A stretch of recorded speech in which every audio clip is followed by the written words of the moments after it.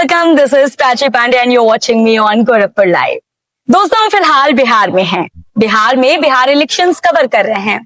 Bihar elections जो कि दिन पर दिन और ज्यादा दिलचस्प इसलिए होता जा रहा है क्योंकि इस बार बिहार में सिर्फ रोटी, कपड़ा और मकान की बात नहीं हो रही है। इस बार बिहार में बात हो रही है शिक्षा की। इस बार बिहार में बात हो रही है बिहार और बिहारियों के सम्मान की। तो ऐसे में हम उन नेताओं को कैसे भूल सकते हैं जो शिक्षा की जगत से बिहार की राजनीति में उतरे हैं। आज हमारे साथ वो शख्सियत मौजूद हैं जिनकी किताबें पढ़कर हम सब बड़े हुए हैं। वो शख्स जिन्होंने 70 किताबें लिखी हैं और अब बिहार की चुनावी मैदान में उतर चुके हैं। So please welcome mister KC Sinha sir. बहुत बहुत स्वागत है सर आपका। Thank you very much. Sir, अभी डायरेक्टली पॉलिटिकल नहीं होंगे हम पहले आपके बारे में जानना चाहते हैं क्योंकि आप बिहार से जुड़े हुए हैं, आपका जन्म बिहार में हुआ है। तो आपने बचपन से बिहार को कैसा देखा है? बचपन से बिहार को हमने देखा है और सभी वर्ग के लोगों को देखा है।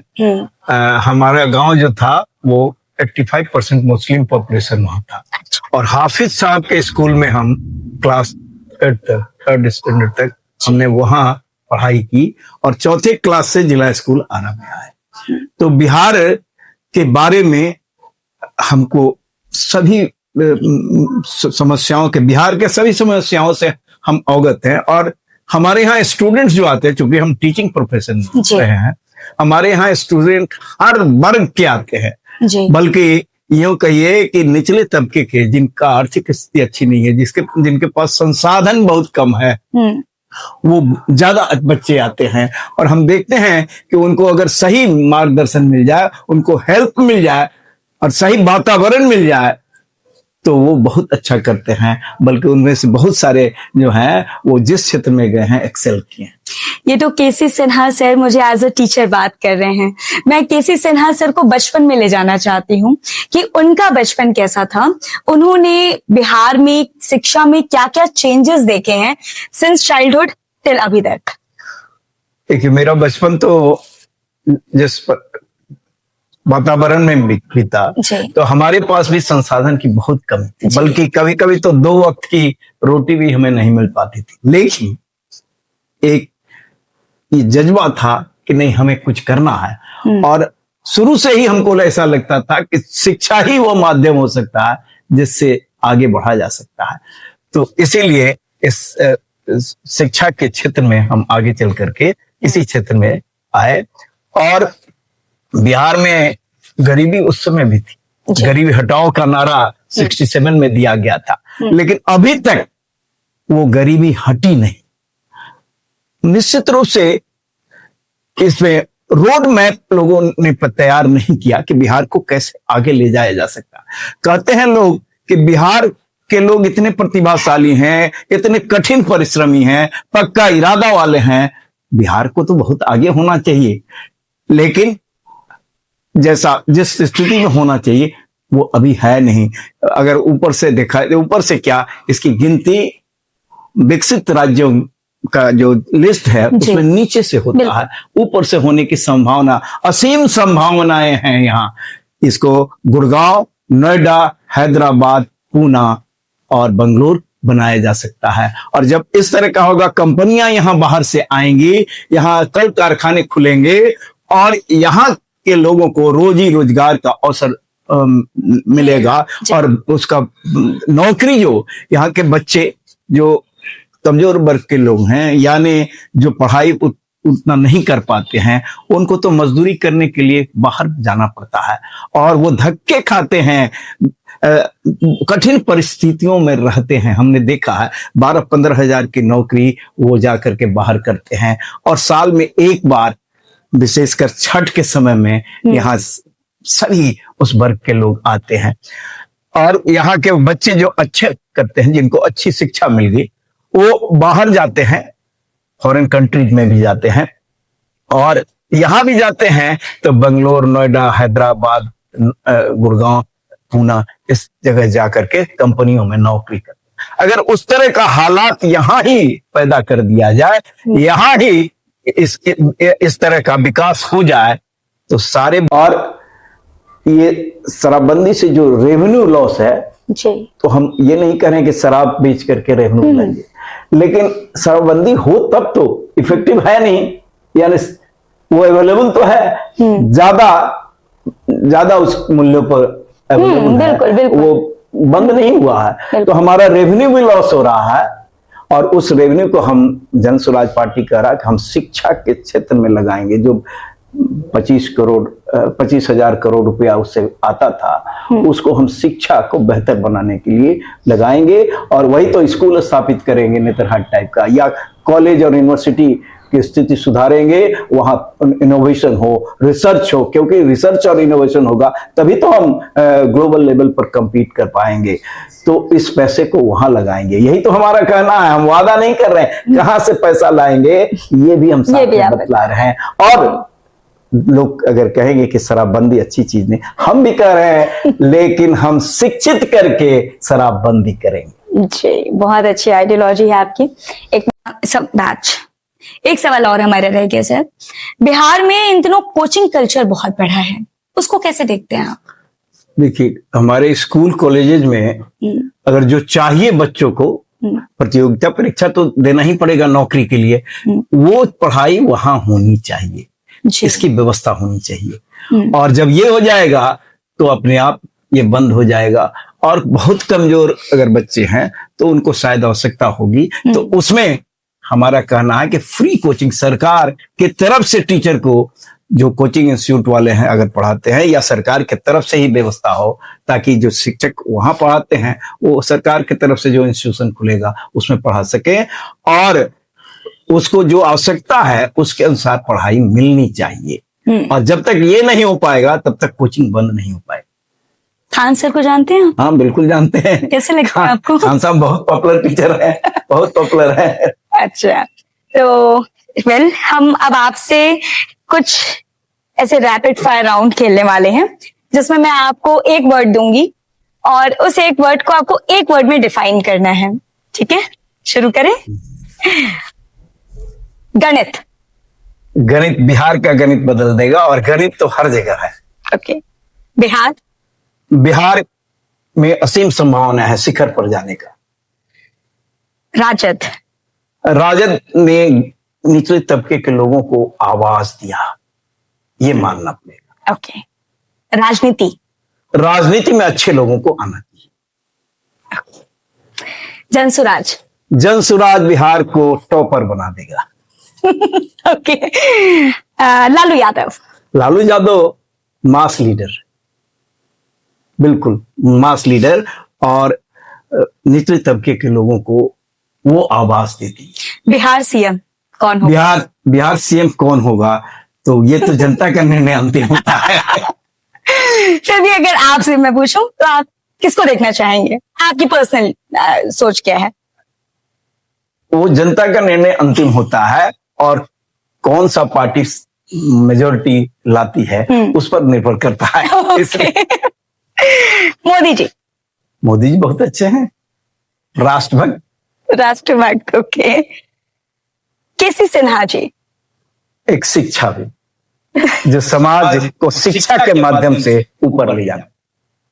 चलिए, हमारे साथ जुड़ने के लिए आपका बहुत धन्यवाद सर। आपने हमारे साथ बहुत सारी बातें साझा की हैं, और मुझे लगता है हमारे दर्शकों को भी।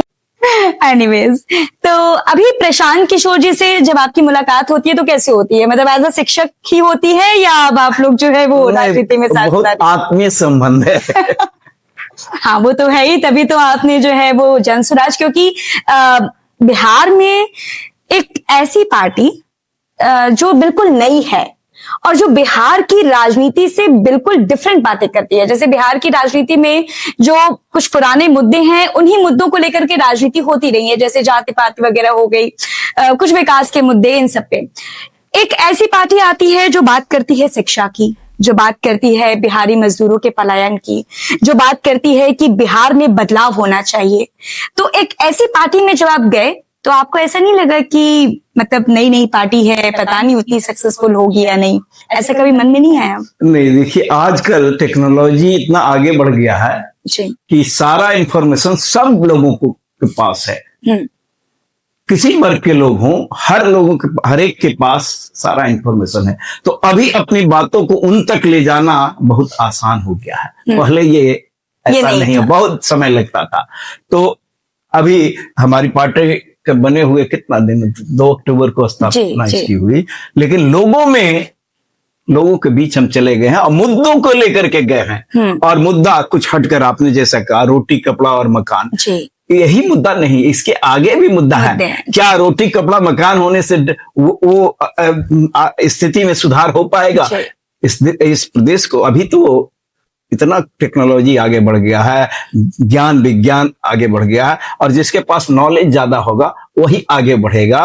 तो इसके लिए डेवलपमेंट होना चाहिए, उस स्तर का डेवलपमेंट होना चाहिए। तो ये इसी के लिए ये नए मुद्दे के साथ ये पार्टी जनता के बीच गई है।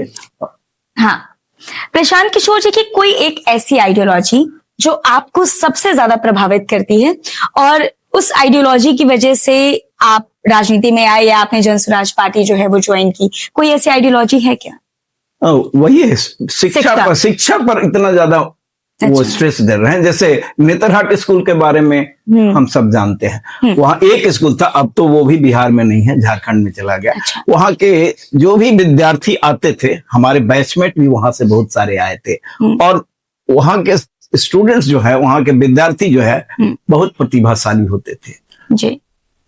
तो अगर उस तरह का स्कूल, उस तरह का विद्यालय हर प्रखंड में स्थापित कर दिया जाए, और इसका विजन तो है कि एक नहीं बल्कि 5 साल में, अगर सत्ता में आए तो 5 साल में 5 उस तरह का नेतरहाट टाइप के विद्यालय की स्थापना की जाएगी, और तब बच्चों को अपने आसपास जहां रहते हैं उनको आना नहीं पड़ेगा, जहां रहते हैं वहीं उनको गुणवत्तापूर्ण शिक्षा मिल जाएगी। और हमारे बच्चों को अगर गुणवत्तापूर्ण शिक्षा मिल जाए तो मिरेकल हो जाएगा और बिहार शिखर पर चला जाएगा। तो बिहार को शिखर पर ले जाने की एक उम्मीद है। जन स्वराज पार्टी इसी आइडियोलॉजी पे काम कर रही है। मैं आपसे आपके रण क्षेत्र के बारे में जानना चाहती हूँ। कुम्हरार से जो है वो आप चुनावी मैदान में हैं। कुम्हरार के किन मुद्दों पर ज्यादा फोकस कर रहे हैं आप? क्या मुद्दे हैं एग्जैक्टली वहां के? आप तो वहां के दौरे कर रहे होंगे फिलहाल। सबसे पहला मुद्दा तो है कि कुम्हरार को शिक्षा के क्षेत्र केंद्र के रूप में विकसित किया जा सके।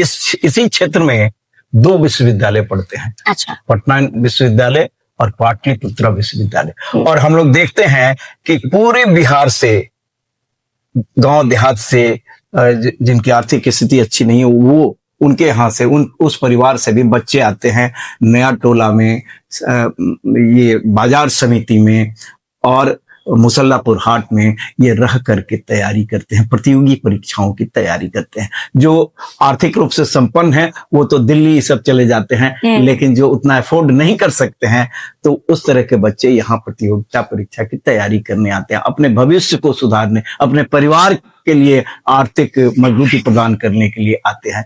तो उनको भी फैसिलिटी अगर दिया जाए, हमारे बच्चे जो आते हैं उनको सुविधाएं दी जाए,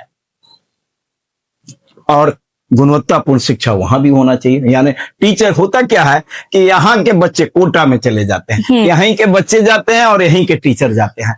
तो अच्छे टीचर जो हैं वो अगर चले गए तो हमारे बच्चों को तो वो शिक्षा नहीं मिल पाएगी जी। बल्कि यहाँ क्या, बाहर से बच्चे आकर के यहाँ पढ़ते। बिल्कुल ऐसा बिहार में होता था। लोग शिक्षा ग्रहण करने बिहार होता था। हमारे समय में भी बाहर से लोग आते थे पढ़ाई करने, Patna science college, Patna college, ये पूरे देश के स्तर पर इसका नाम लोग जानते थे। तो अगर डेवलप किया जाए तो बाहर से भी लोग आएंगे और हमारे बच्चों को तो मिल ही जाएगा अच्छी शिक्षा। तो यही पहला मुद्दा है। दूसरा मुद्दा है कि यहाँ देखिएगा कि ट्रैफिक जाम हो जाता है जी।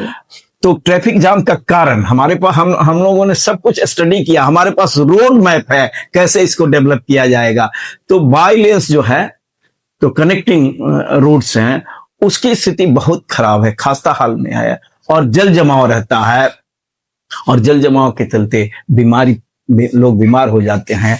तो अगर उसको ठीक से डेवलप किया जाए, वो कनेक्टिंग रोड्स की स्थिति अच्छी कर लिया जाए, तो जिनको आसपास जाना रहता है उनको भी घंटों लग जाता है, बिल्कुल, बिल्कुल। तो वो तो उस लेन से निकल जाएंगे और मेन ट्रैफिक जिसको आगे जाना है वही मेन रोड से जाएंगे, तो ट्रैफिक का समस्या का भी निदान हो जाएगा। और हमारे लोग जो हैं जिनको बहुत समय घंटों लग जाता है 1 किलोमीटर आधा किलोमीटर जाने में, उनका समय भी बचेगा और पेट्रोल और डीजल भी बचेगा, ये भी बात है। तो ये सब डेवलपमेंट यहाँ करना होगा और शिक्षा का केंद्र के रूप में विकसित करना होगा, और तब रोजी रोजगार का अवसर भी यहाँ पैदा हो जाएगा। यहाँ योग्यता के अनुसार नौकरी, एक ये भी हमारा मुद्दा है, क्योंकि इंजीनियरिंग करके बच्चे आते हैं लेकिन उनको नौकरी नहीं मिल पाती है। लाचारी में अपने परिवार का भरण पोषण करने के लिए वो कंप्यूटर ऑपरेटर या फोटोस्टेट मशीन लगाते हैं, तो उनके दिल पर क्या गुजरता होगा। इंजीनियरिंग करके आए और इस तरह का काम कर रहे हैं, तो योग्यता के अनुसार नौकरी, हमारा यह भी कहना है कि योग्यता के अनुसार नौकरी और हुनर के अनुसार रोजगार। जो आप में हुनर है, जैसे पेंटिंग बहुत अच्छा आप कर सकते हैं, तो आपका रोजगार उसमें स्थापित हो सकता है, और इसके लिए बैंक से लोन दिलवाया जाएगा और कम ब्याज पर लोन दिलवाएगा। हमारे पास सारा रोड मैप है। अच्छा, वैसे भी प्रशांत जी जो है वो स्ट्रैटेजीज पे काम करते हैं, उनको रणनीतिकार, इसीलिए उन्होंने अच्छा खासा रणनीति बाकी पार्टियों के लिए भी बनाई है, अब अपनी पार्टी के लिए भी बना ही रहे हैं। हाँ बिल्कुल, वो उनके पास डाटा का मास्टर, और उसमें गणित अगर लग जाएगा जी तो मेरे क्या हो जाएगा। मैंने आपका एक इंटरव्यू सुना था, उसमें आपने ये कहा कि एक गणितज्ञ जो है वो बिहार की राजनीति की गणित को चेंज कर देगा, बदल देगा। बिल्कुल। तो कैसे बदलेगा, कुछ सोचा है आपने क्या? हमने कहा ना कि हमारे पास हम यहाँ के समस्याओं से, बिहार के समस्याओं से भली भांति अवगत है, और उसका सॉल्यूशन क्या होगा, उसका समाधान कैसे होगा, इसके लिए रोड मैप हमारे पास है। हम केवल वादा नहीं कर रहे हैं, वादा को कैसे निभाएंगे, उसके लिए धन कहाँ से आएगा और कैसे निभा पाएंगे, ये भी साथ में कर रहे हैं। और ये अगर हो गया तो हम बिहार के गणित को सुधार। जी, अब थोड़ा पॉलिटिकल हो जाते हैं। मैं आपसे ये जानना चाहती हूँ, क्योंकि मैंने स्टार्टिंग से आपसे पूछा आपका बचपन, उसके बाद आप कैसे राजनीति में आए, जनसुराज को क्यों चूज किया। अब अगर मुझे आपसे ये पूछना हो कि बिहार की पार्टी जो यहाँ पर सत्ताधारी पार्टी थी, अगर उसके लूप होल्स आपने बताने हो जिसकी वजह से बिहार आज पिछड़े राज्यों में गिना जाता है, वो क्या लूप होल्स हैं आपके अकॉर्डिंग? देखिए, जिन चीजों पर विशेष ध्यान देना चाहिए था उन चीजों पर वो ध्यान नहीं दिए। और ठीक है, कुछ डेवलपमेंट तो हुआ, ऐसा नहीं है कि नहीं हुआ, और इस सरकार को हम फर्स्ट डिवीजन अगर देते हैं, लेकिन बिहार में क्षमता है टॉपर होने की, तो फर्स्ट डिवीजन से क्यों संतुष्ट हो? Sounds like a teacher. Okay, तो अभी अगर मैं आपसे बात करूं, क्योंकि फिलहाल बिहार में जो है सभी पार्टियां अपना दमखम दिखा रही हैं, तो इसके पहले जैसे जो रूलिंग पार्टी रही है, अगर मैं आपसे ये पूछूं कि रूलिंग पार्टी का कोई ऐसा काम जो आपको बिल्कुल नापसंद है, तो आप क्या कहेंगे? देखिए, रूलिंग पार्टी का एक काम तो शराबबंदी जो है, उसमें दोनों, उसका सकारात्मक और नकारात्मक पक्ष दोनों देखना चाहिए। हमारा कहना है कि शराबबंदी हम करेंगे लेकिन शिक्षित करके, और जो शराबबंदी है वो इफेक्टिव नहीं है जी। बहुत सारे गरीब यहाँ शिक्षा प्राप्त करने आएंगे, क्योंकि बिहार शिक्षा के लिए पहले से प्रसिद्ध है। हमारे यहाँ नालंदा और विक्रमशिला जैसे विश्वविद्यालय थे। जब इस स्तर का कोई विश्वविद्यालय पूरे दुनिया में नहीं था, तो इसको शिक्षा का केंद्र के रूप में विकसित किया जा सकता है और सेंटर ऑफ एक्सेलेंस के रूप में डेवलप किया जा सकता है। और तब सारी समस्याओं का, एक लाइन में हम कहें तो बिहार के सारी समस्याओं का समाधान शिक्षा ही है, क्योंकि शिक्षा, यहाँ के बच्चों को गुणवत्तापूर्ण शिक्षा मिल जाए और सही एजुकेशनल इंस्टीट्यूशंस यहाँ खुल जाए जैसे बाहर में है, उस स्तर के एजुकेशनल इंस्टीट्यूशन हो जाए, तो इस प्रदेश को शिखर पर जाने से कोई नहीं रोक सकता। मुझे अभी तक जितनी बातें समझ में आई हैं, मुझे ऐसा क्यों लग रहा है कि शिक्षा जगत में मिली हुई चुनौतियों ने ही आपको राजनीति के मैदान में उतारा है, क्या मैं सही हूँ? बिल्कुल, इसलिए कि शिक्षा के क्षेत्र में हमारा काफी 45 वर्षों का अनुभव है और हमने पहले ही कहा कि कॉलेज में, यूनिवर्सिटी में हर तबके के बच्चे आते हैं और उन बच्चों से इंटरेक्ट करने पर हमें उनका समस्या भी पता लगता है कि उनके पास क्या समस्या है, उनकी क्या समस्याएं हैं।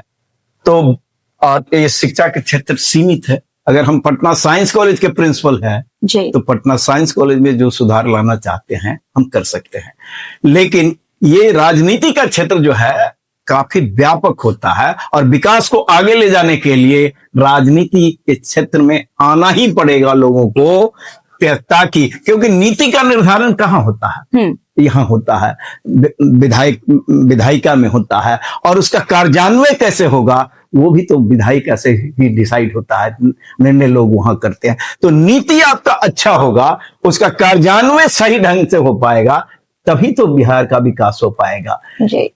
तो इसीलिए इस क्षेत्र में हमने आने का सोच। तो राजनीति में उतरना मजबूती है या मजबूरी है? नहीं, मजबूती है। मजबूती है, मजबूरी नहीं है। लेकिन हम अपने इस अनुभव के साथ इस क्षेत्र में आएंगे तो बिहार के लिए और अच्छा कर पाएंगे। अच्छा, एक सवाल जो कि मैंने कमेंट्स में भी लोगों का पढ़ा, वो ये कह रहे हैं कि केसी सिन्हा से इतना टाइम क्यों लिए? मतलब अगर उन्हें चुनावी मैदान में उतरना ही था या राजनीति में उतरना ही था तो इतना लंबा टाइम क्यों? इसलिए कि एक तो था कि हम प्रोफेसर हुए, लेक्चरर हुए, रीडर हुए, प्रोफेसर हुए, प्रिंसिपल हुए, हेड ऑफ द डिपार्टमेंट हुए, डीन फैकल्टी ऑफ साइंस हुए और अंत में वाइस चांसलर हुए, और वाइस चांसलर भी एक नहीं 5-5 यूनिवर्सिटी के हुए। तो ये जो अनुभव मिला और लोगों का समस्याओं, देखिए बच्चे जो हर वर्ग के आते हैं तो पूरे बिहार का समस्या उन बच्चों से इंटरेक्ट करने पर हमको पता चल गया। और तब हमने डिसाइड, एक्चुअली प्रशांत किशोर जी 91-93 बैच में पटना साइंस कॉलेज में इंटरमीडिएट में थे। अच्छा। और वो, मैं एक शिक्षक था, मैथमेटिक्स का शिक्षक था और उनका भी विषय गणित था ही। अच्छा। तो हम लोग एक दूसरे को उस समय से जानते हैं। 2022 में जब उन्होंने पदयात्रा शुरू किया तो वो कहे कि आप मेरे साथ आइए, क्योंकि बिहार को के लिए एक दर्द उनके दिल में भी है और हमारे दिल में भी है, और बल्कि हर एक बिहार वासियों के दिल में है कि बिहार को कैसे आगे ले जाया जाए। तो हमने कहा कि नहीं, अब तो हम 2021 से ही vice chancellor Nalanda open university का हो गए थे। तो हमने कहा कि नहीं, बीच में हम नहीं छोड़ सकते हैं, क्योंकि हम शिक्षक हैं, बीच में छोड़ करके भागेंगे नहीं। तो 2024 में मेरा टर्न पूरा होगा, तब हम सोचेंगे। जब 2024 अगस्त में मेरा टर्म पूरा हुआ तो उन्होंने फिर मुझे अप्रोच किया, कहा कि आपने कहा था कि हम सोचेंगे। और 2 अक्टूबर 2024 को इस पार्टी की, जन स्वराज पार्टी की स्थापना हुई और उस मंच पर 5 लोगों ने संबोधित किया पब्लिक को, उसमें एक मैं भी था। और मैं केवल शिक्षा की बात किया, वहां से किसी पार्टी की सब की बात नहीं की। और महात्मा गांधी और लाल बहादुर शास्त्री 2 रत्नों का जन्मदिन था और इस पार्टी का भी स्थापना दिवस वही है। तो हमने शिक्षा के बारे में, देखिए शिक्षा, हम फिर कहेंगे कि शिक्षा ही वो रास्ता हो सकता है इस प्रदेश को शिखर पर पहुंचाने के। आपने अभी जिक्र किया कि आपकी मुलाकात प्रशांत जी से यूनिवर्सिटी में हुई थी, स्कूल टाइम या यूनिवर्सिटी टाइम? नहीं, वो 10